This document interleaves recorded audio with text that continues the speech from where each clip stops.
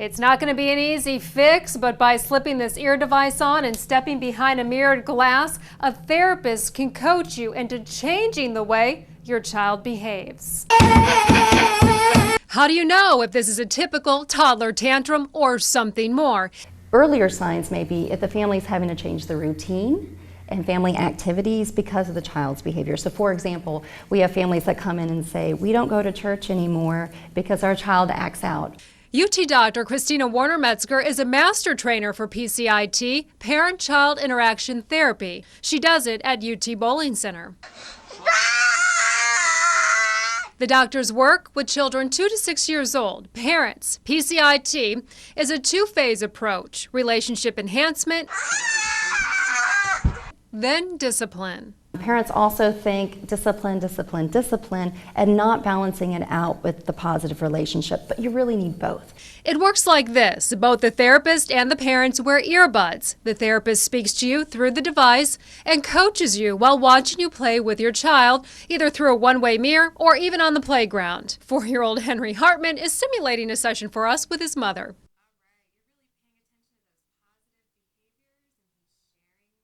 PCIT coaches say children do a lot of negative things just to get your attention. They teach techniques on how and when to give positive feedback to eventually change your child from acting out. For example, if your toddler takes a toy and says, "Mommy, my toy," they may suggest you ignore that, keep playing, and a short time later say, "I like when you share." So when Johnny starts to whine, this is what you do. When he starts to take it up a notch, then here's the next technique that you do. They want you to avoid using words no, stop, or quit. Dr. Colby Reed is PCIT certified. She says with this therapy, parents should not feel isolated anymore. They're not having to do it alone. They have somebody there who's with them kind of like as a team or as a coach. April Norris, ABC 24 News.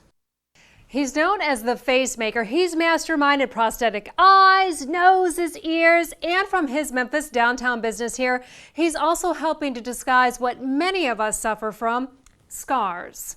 Like this chickenpox scar on Samantha Fitzgerald's forehead. To me, when I look at myself on camera, that's the first thing I see. Not good for a model who works the Grizzlies crowds. Matt Singer, creator of scar concealer Dermaflage, noticed Sam, mentioned his product, and now she uses it. It takes her 5 minutes. She first puts on the scar primer, lets it dry, and then squeezes a little Dermaflage on and holds a texture pad to settle it. Voila! It's gone, and when she takes it off, the scar reappears. So you can theoretically wear it for over a day and wear it going swimming or working out without fear of it coming off.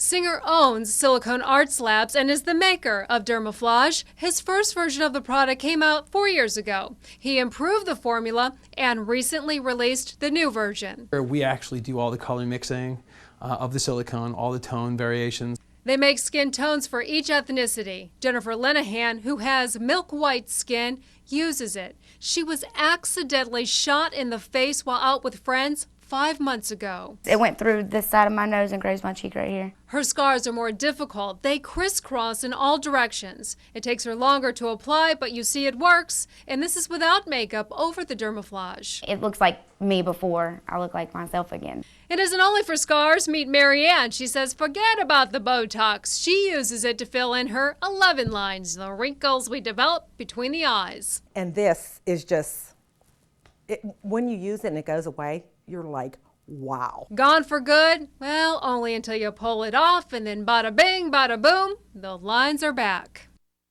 The program's called Born Addicted, and the mother we spoke with says she didn't like showing up here for court, and she especially didn't like the judge, but now she can say she and her son live healthy lives.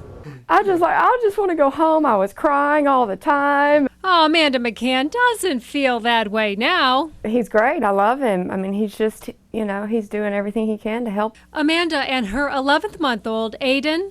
We give him a little sucker, and he's always ready for it. Hold a special place in Judge Tim Dwyer's heart. If not the proudest, it's right there up at the top, was the day that Amanda came into court and told me that she got in custody of her little boy.